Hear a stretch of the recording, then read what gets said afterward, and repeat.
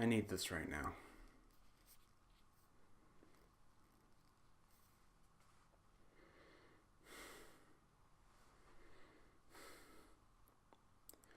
Let's talk about Batman v Superman then.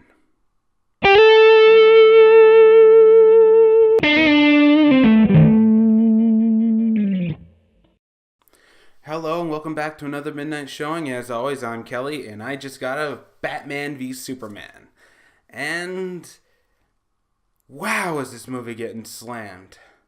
If I might just take a small second of your time just to say this. Let me take this one off for a second because this next section, gonna need this one. Critics. All you critics out there, take your heads and pull them out of your asses for a second. Yes, I'm calling out most all of them. Dave over at freaking Stone Gremlin Productions, Bobby Burns, Jeremy Johns, Chris Stuckman, everybody who was fucking just tearing this movie to shreds. Let me just put it out there. This is not as bad as you are making it. Not by a fucking long shot.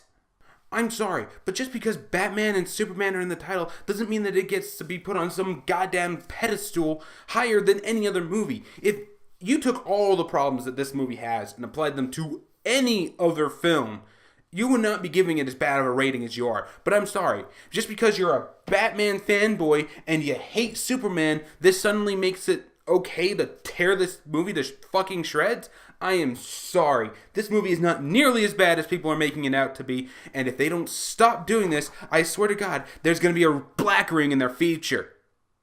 Okay. Rant is done. Hope is back. Calming down. So with all that said, this movie has a ton of fucking problems, but I still found it entertaining. If you're looking for the mind-blowing movie that's just gonna blow everything that Marvel has ever put out of the water, this isn't it. But if you're looking for something that's gonna be entertaining, that has two of the greatest superheroes of all time, literally in a movie together, eventually duking it out and then working together, yeah, this was an okay film. If there's one thing that is holding DC and Warner Brothers back right now, it is Zack Snyder. It's not them trying to rush these movies out and get the Justice League out next year. No, it's Zack Snyder. The man just isn't good at storytelling. Zack Snyder has a lot of really good talent in certain departments.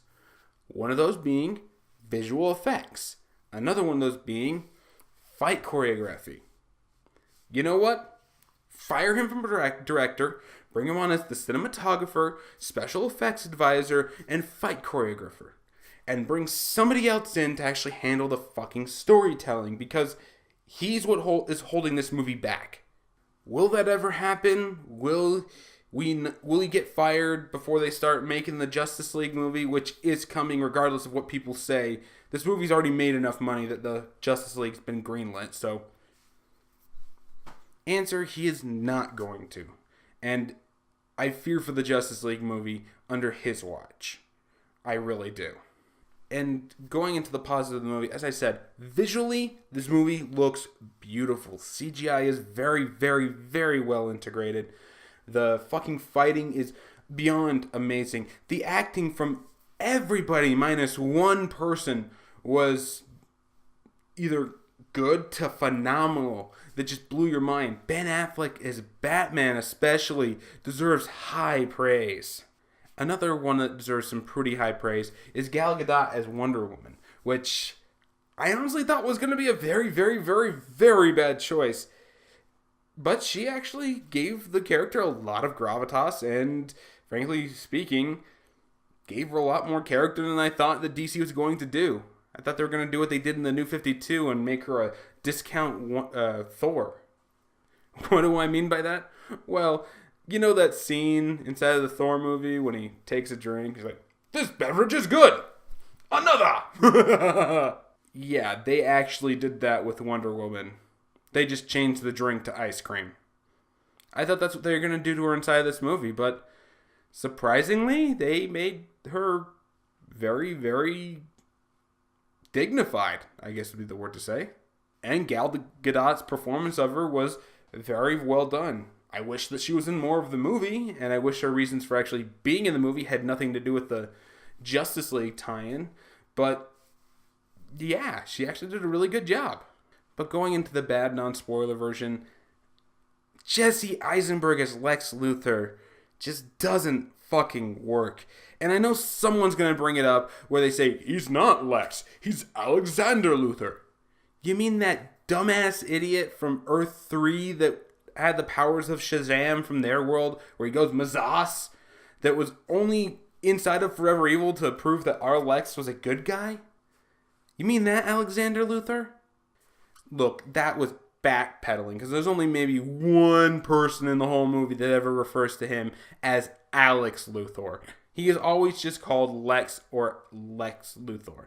I'm sorry, it's just so stupid that they think they can get away with backpedaling like this and think that we won't notice.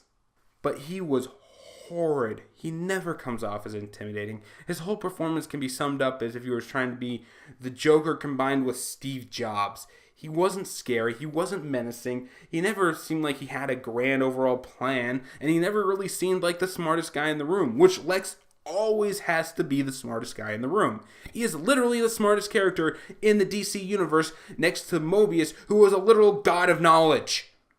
And then, as I said, Zack Snyder sucks at storytelling. And this movie jumps around a fucking ton. It's not as bad as the critics will make you believe. The movie is followable. The motivations are there, just not as understandable as they should be. There's a lot of Sasuke from Naruto going on, where he's just kind of the plot point. His motivation is just there to push him towards the next plot point, which I can see that bugging some people, but I know much better movies that do the exact same goddamn thing, and nobody even complains about them. But yeah, we needed somebody to give us a full-fledged story that honestly is somewhere in this movie. It's just hidden behind some tie-ins and some pointless characters. If you're not going to use them, don't put them in. There was no reason to have Perry White in this movie. As much as I love Lawrence Fishburne, he really didn't add anything. Remove him from the movie. There are several people like that, like Lex's assistant, the fucking senator, whose subplot goes nowhere very fast. I mean, if you're not going to utilize these characters for their full potential, don't put them in the movie. You could have easily cut 20 minutes off this movie. The trimming the fat would have made their motivations seem less murky, and it probably would have made the whole movie better as a whole. I'm sorry. There are problems with this movie. I'm not going to make it out there to seem like this is the best thing ever, which it's not. I am a hardcore DC fan. I mean, I have the Green Lantern rings. I have multiple Superman shirts. I have most all of the fucking movies out here that they've put out. I'm sorry, I'm a big DC fan. But even I can tell you, it has problems. The same exact problems the comics are having right now. But that doesn't change the fact that what was good was really good. To even fucking great. And no amount of bitching by anybody is going to change that. So before I go into spoilers, because you really do need to talk about some of the spoilers in here to fully grasp everything, I'm going to say this still gets a must-see from me. Yes, this is probably the worst movie I've ever given that rating to, and I'm more than willing to say that, yeah, it comes with an asterisk. It's a must-see because you really need to decide for yourself whether these problems go too far or are perfectly fine. Frankly speaking, because of this movie, I'm more than willing to accept a Justice League movie, especially if they've managed to get rid of Zack Snyder, or at least put him on jobs that he's better suited for. So yeah, going into the spoilers, the plot of the movie is, if you've seen the second trailer, then yeah, you know the plot of this movie. It's basically put out there perfectly. Bruce Wayne was in Metropolis when all hell broke loose inside of Man of Steel, which is 18 months ago, just saying. And because Batman was inside of Metropolis when all shit broke down, he saw the destruction full front. He actually has motivation for not liking Superman and fearing his power, which, I'm sorry, this is all paranoia mostly. And it's very played up, which works inside of a Batman setting because Batman is a paranoid character. This is the guy who keeps tabs on the entire Justice League. He has plans upon plans of taking out all the members of the Justice League very, very fucking quickly, I might add. Just in case something were to happen, whether it be mind control, friends turning evil, them doing something stupid in the name of doing something good. I mean, he keeps plans on all of them. Hell, in one storyline, he builds a supercomputer satellite system that turns into fucking Skynet, all because he's afraid of the Justice League. I'm sorry, I'm not even making this shit up. Paranoia and Batman go hand in hand. This is a really damn good motivation for him not liking Superman. And Ben Affleck plays it perfectly, which makes me really, really, really want him to direct the next Justice League movie, as well as his solo Batman film, because not only is Ben Affleck a great director, and you basically already have him on contract, he fucking blew it out of the park as Batman. I mean, he knocked the ball not only out of the park, but around the fucking world, and then hit it again. He played Bruce Wayne perfectly. This is the Frank Miller Batman, or as close to that as you can without going into the crazy Steve territory. For those who don't know, Frank Miller is a comic book writer who's been doing this since the 80s, and one of the most influential Batman stories ever written was an Elseworld story called The Dark Knight Returns. They made them into animated features. I highly recommend picking them up, even if they're not exactly my cup of tea because of some of the choices that Batman makes inside of them. Inside of these movies, we see a Batman who was forced to retire by the government, and basically all superheroes were outlawed. We see a very dystopian world because of this, and it does shine a light on Batman. But Batman inside these ones are a lot more violent, I guess you could say. And because of this, he acts more like the grumpy old man. He is much more prone to violence. He's more worried about just fucking taking you out of the equation than he is actually saving you. Which is one of the things I don't really like about the Frank Miller Batman, because there's more emphasis put on, him breaking someone's limb or throwing a batarang inside of his eye than he is actually, saving people. But that doesn't mean that he's not understandable. And he does still have good intentions, even though he's just a lot more brutal about the way he goes about it. The same Batman can be applied to this. Ben Affleck is seasoned. He's lost Robins, whether it be Jason Todd, which we all think, or maybe someone else. He has seen good guys go bad, and he's seen bad guys go good. He's seen that this is an endless war. He's seen all of the destruction that comes from these things. He's not only paranoid, but he is pissed the fuck off. And he rides that line between what's better for everybody and giving into that paranoia.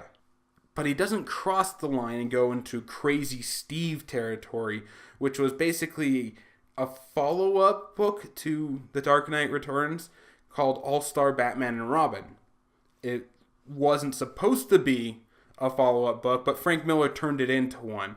And the Batman he writes inside of those books is one of the most violent piece of shits you will ever meet. It's never been about saving people. It's all about just beating living shit out of bad guys. It's about grabbing Dick Grayson, age 12, forcing him to become his Robin, leaving him in a cave and forcing him to eat rats and call him retarded because he's the goddamn Batman. And yes, that's where that meme comes from. But yeah, Ben Affleck rides that line very well. Yes, Batman kills people in this movie, but it's more out of disassociation than actually, killing them. Oh, he's shooting at people with his Vulcan cannons on the Batwing. Actually, he's shooting at their cars. Their cars just happen to explode with them inside of it. Is that really any different than the guy getting thrown inside of a jet turbine inside of Winter Soldier? Oh, but Batman stabs a guy. You mean like how he threw a batarang through the eye of the Joker? Yeah, he's done that before. Are you out of your mind? I'm through playing, Joker. Be still my heart.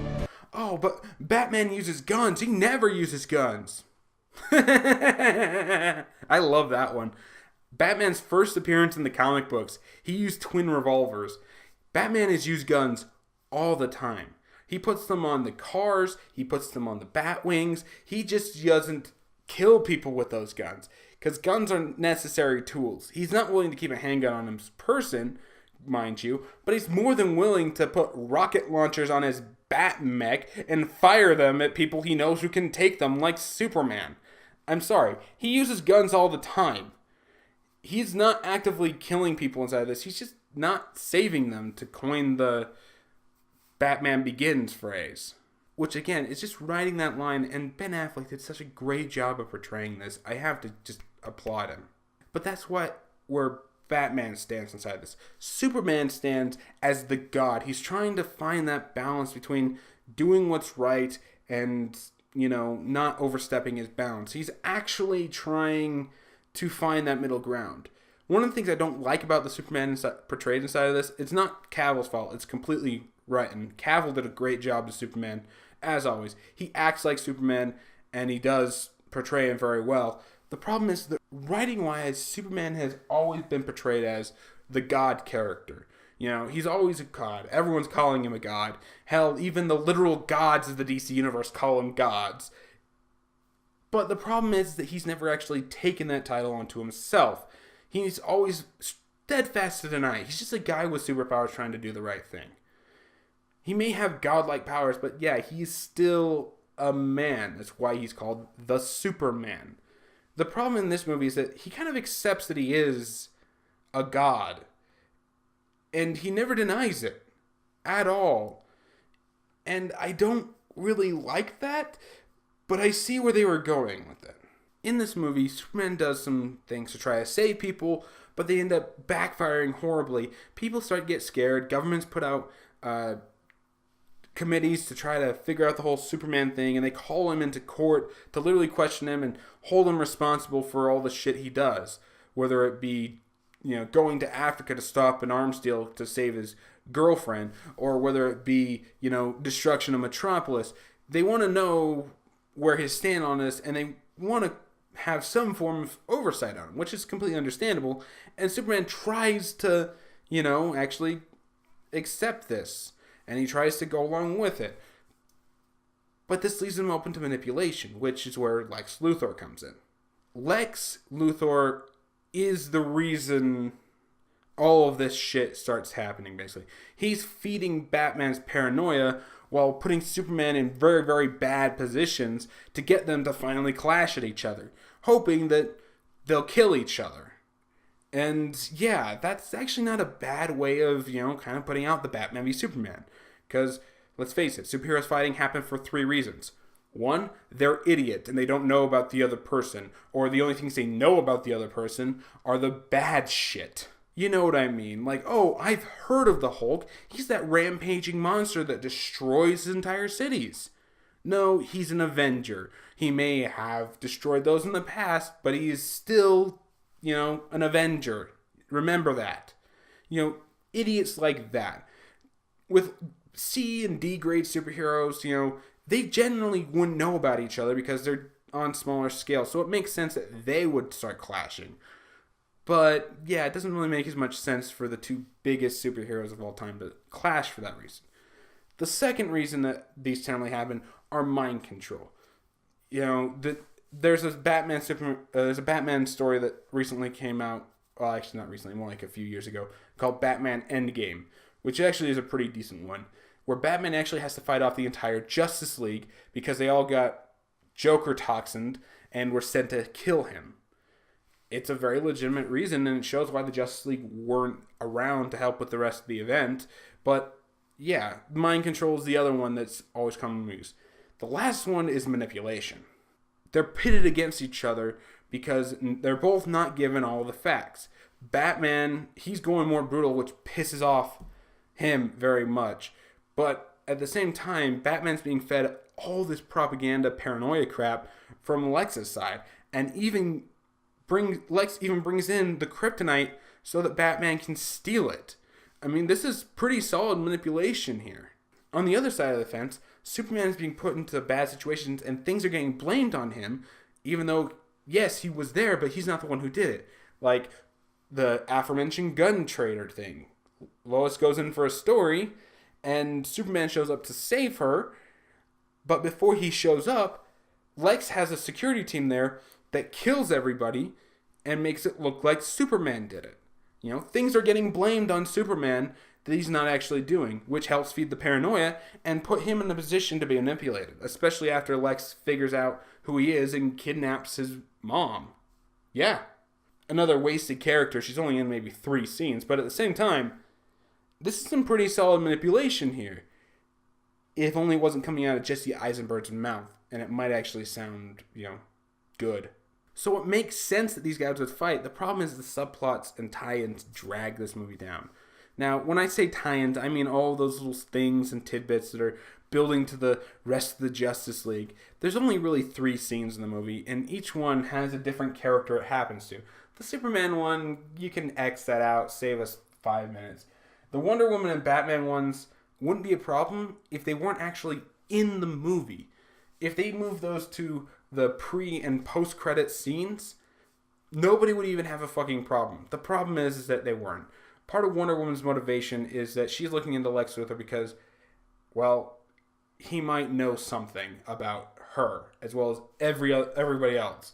And in which she gets an email from Batman after he decrypts this information in the middle of the movie, and she watches trailers for each of the different Justice League members. There's one for Flash, Cyborg, Aquaman, and just, come on, guys, move this to the fucking end of the credits. This would be a perfect place to be your, big Justice League builder. But no, you put it in the middle of the fucking movie? Come on.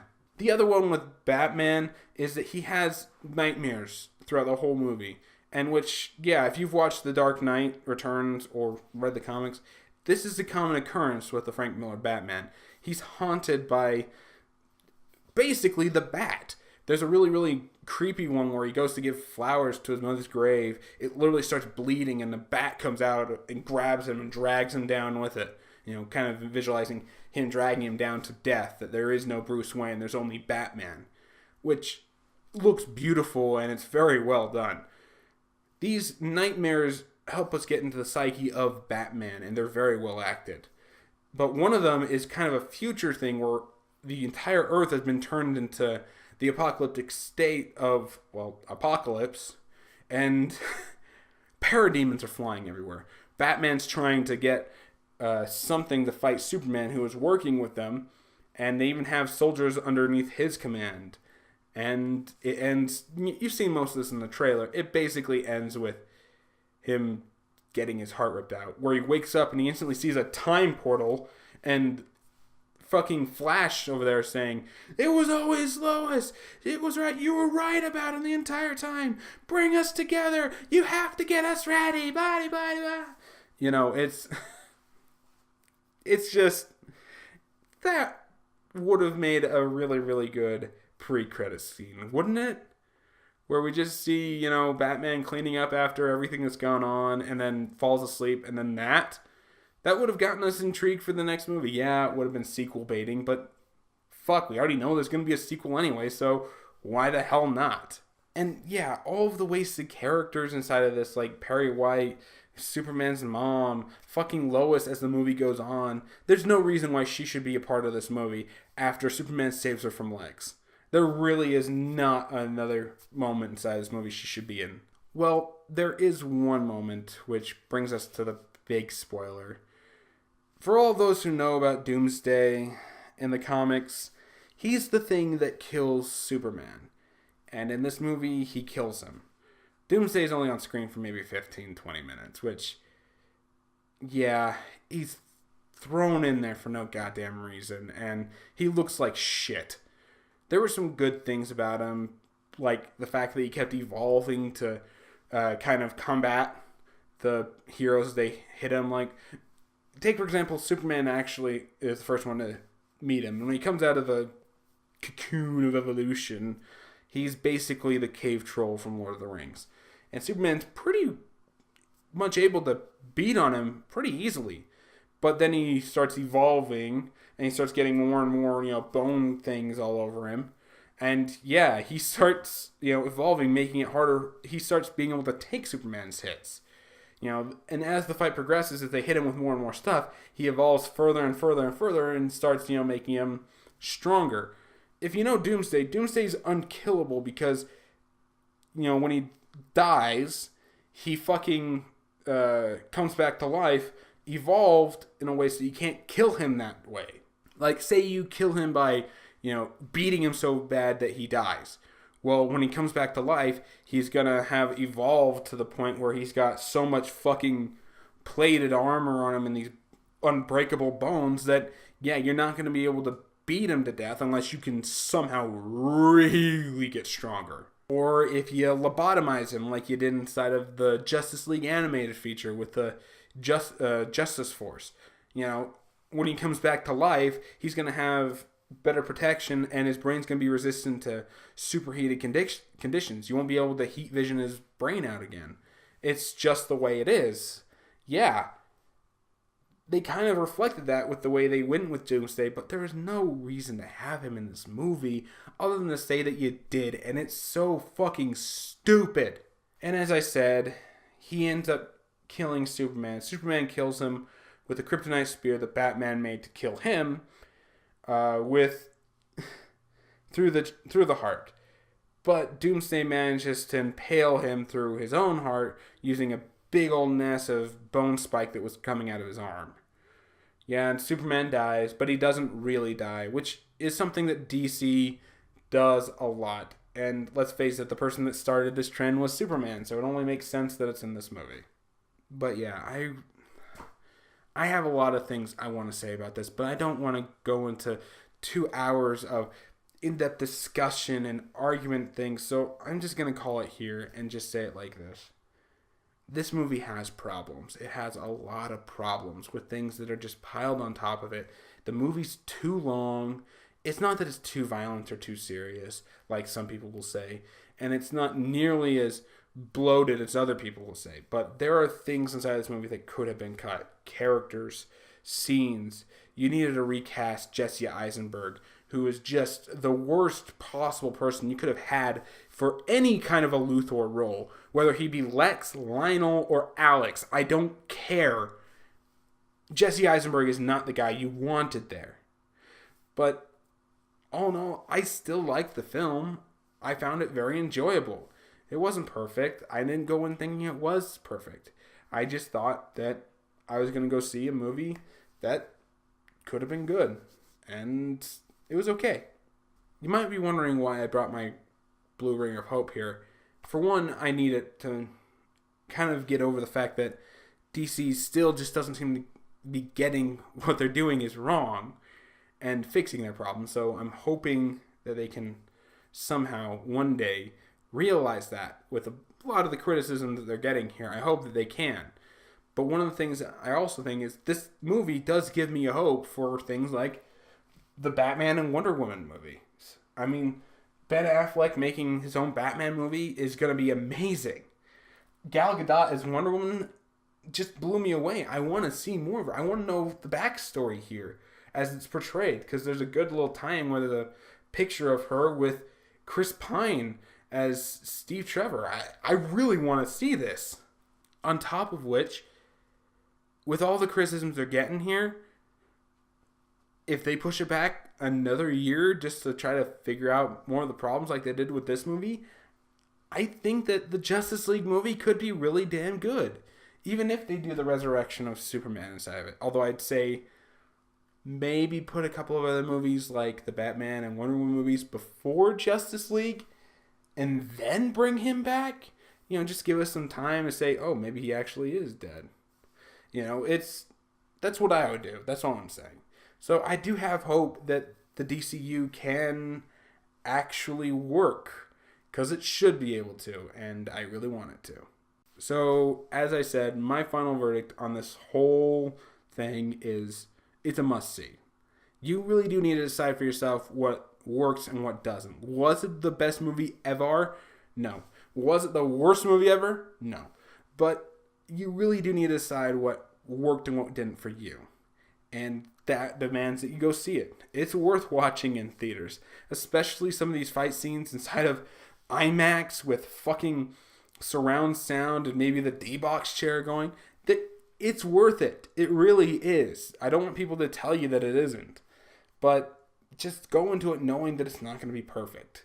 That's all I'm saying. So, yeah, that's it for me. Have you seen Batman v Superman? What did you think about it? Tell me what you thought in the comments below, and maybe we'll get some healthy discussion going. And as always, if you liked what you see, be sure to hit the subscribe button and the like button. Share this with your friends. And be sure to like me on Facebook, follow me on Twitch and Twitter. And yeah, that's it for me, so I'll see you all next time.